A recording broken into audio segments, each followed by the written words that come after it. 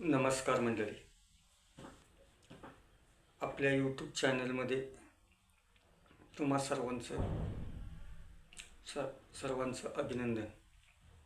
आज असणार आपला आणखीन एक संघर्षाचा विषय, तो म्हणजे संघर्षातून आपलं जनजीवन घडवलं.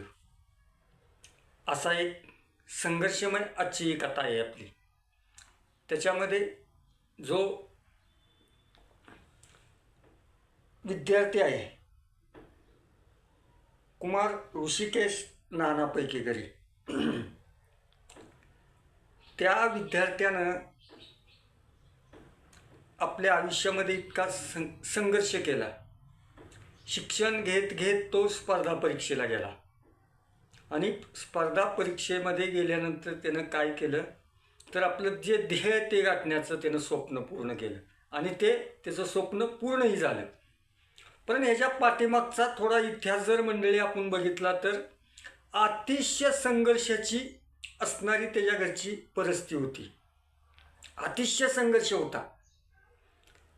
आई वडील आणि भावंड हे घर चालवत असताना अनेक अडचणी घरामध्ये होत्या. तुटपुंजी असणारी शेती, आईवडिलांनी शेती बघायची आणि ती शेती करत करत आपल्या मुलाला त्यांनी शिक्षण दिलं. आणि शिक्षण देत असताना ऋषिकेशला शिक्षणामध्ये कुठल्याही प्रकारची कमतरता पडू नये म्हणून त्यांनी एक वेळे आपल्या असणाऱ्या पोटाला चिमटा घेतला. पण मुलांना चांगलं शिकावं, कारण दोघंही आईवडील अडाणी, कुठल्याही प्रकारचं शिक्षण झालेलं नाही. पण मुलांना चांगलं शिकावं आणि मुलांना चांगलं शिकून मोठ्या उच्च पदाला जावं असं त्यांनी मनामध्ये एक ध्येय बाळगलं होतं. ते त्यांनी पूर्णत्वाला उतरवलं. तसं आपल्या मुलाला त्यांनी शिक्षण दिलं.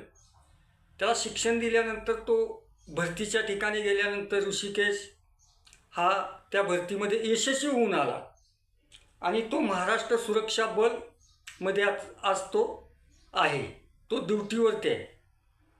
पण त्याच्या या जाण्याचा इतका संघर्ष होता त्या ठिकाणाला पोचण्यासाठी. भयान संघर्ष केला त्या मुलानं. आधीच सांगितलं की घरची परिस्थिती बेताची होती. आई वडील शेतात मोलमजुरी करायची. पण ऋषिकेशला शिकवायचं, आपण अडाणी राहिलो, आपला मुलगा शिकला पाहिजे असं त्यांना वारंवार वाटत होतं. त्यामुळे त्याला शिक्षणासाठी प्रोत्साहन दिलं त्या घरच्यांनी, आईवडिलांनी, आणि त्याला शिकवलं. आणि तो शिकवून तिनं आईवडिलाचं नव्हे तर आपलंही स्वप्न त्यानं पूर्ण केलं. आणि हा मुलगा अतिशय गरिबीतून आलेला आणि NT समाज म्हणजे मी सांगितलं की हा अनुसूचित जाती जमातीत मोडणारा समाज आहे. हा धनगर समाजातून येतो, म्हणजे हा गावगाड्यातून येणारा असणारा हा ऋषिकेश आहे. आणि हा समाज जर पाहिला तर शिक्षणापासून अजूनही थोडासा वंचित राहिल्यासारखा आहे. कारण ही लोक आपला उदरनिर्वाह असणाऱ्या मेंढरावरती करतात. यांनी एक वेळेस जर आपलं घर सोडलं तर ही लोक 6-6 वर्ष आपल्या घराचं तोंड बघत नाहीत. म्हणजे अशा समाजातून हा विद्यार्थी आलेला आहे. आणि येत असताना याच्या आईवडिलांनी एकच ध्येय बाळगलं की आपण शिकलो नाही तर आपल्याला जी दुःखाच्या वेदना सोसावं लागत आहेत बाबा शिक्षण नसल्यामुळं, तर आपल्या मुलानं शिकावं असं त्यांना वाटलं. त्यामुळं त्यांनी त्याला ते शिक्षण दिलं. शिक्षण देत त्याला भरतीसाठी प्रोत्साहन दिलं आणि तो भरतीला गेला आणि यशस्वी होऊन आला. म्हणजे त्याच्या आईवडिलांनी जी इच्छा एक आपल्या मनामध्ये धरलेली होती ती पूर्ण करून लावली. नव्हे तर त्या ऋषिकेशनं सुद्धा भरतीला जाऊन वेशच घेऊन परत तो गावामध्ये आला. म्हणजे ऋषिकेशच्या आयुष्यामध्ये सुद्धा फार मोठा संघर्ष आहे. त्यानं संघर्ष केला. आपली घरची असणारी बेताची परिस्थिती होती. आईवडील काय करतात डोळ्यासमोर त्याला समजत होतं. मग हे असं असताना त्यानं आपलं ध्येय गाठलं. ध्येय गाठून काय केलं तर त्यानं उत्तुंग अशी गरुडासारखी भरारी घेतली आणि तो आता त्या भरतीमध्ये यशस्वी झाल्यानंतर तो आता ड्युटीवरती जॉईन आहे हा मुलगा. म्हणजे सांगाचा भाग म्हणजे मंडळी हा संघर्षच आहे. त्याला सजासजी तिथपर्यंत जाता आलं नाही, कारण परिस्थिती नव्हती. त्या परिस्थितीवर मात करून त्या परिस्थितीचा त्यानं काय केला, संघर्ष केला आणि संघर्ष करून त्या परिस्थितीतून तो मुलगा आज यशस्वी झाला. म्हणजे ऋषिकेशनं सुद्धा आपल्या संघर्षाच्या काळामध्ये किती अडचणी आल्या, किती तर संकट आली, पण त्याच्यामध्ये तो यशस्वी झाला. मंडळी, आपण याच्यातून एवढाच एक आदर्श घ्यायचा आहे की आपल्या जीवनामध्ये संघर्षच वाट्याला आल्यानंतरच माणूस घडला जातो. कारण ऋषिकेशच्या परिस्थितीचा संघर्ष त्यानं केला.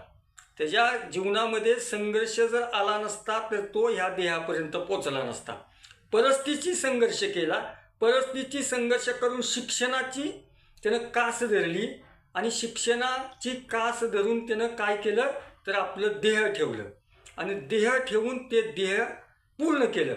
म्हणजे माणसाच्या आयुष्यात प्रत्येकाच्या संघर्ष असतात. आजच्या व्हिडिओमध्ये सांगायचं तात्पर्य म्हणजे प्रत्येकाच्या आयुष्यामध्ये संघर्ष असतात, पण त्या संघर्षातून आपण काय करणं, मार्ग काढणं, यशस्वी होणं हे आपण ठरवायचं असतं आणि ते ध्येय आपण गाठायचं असतं.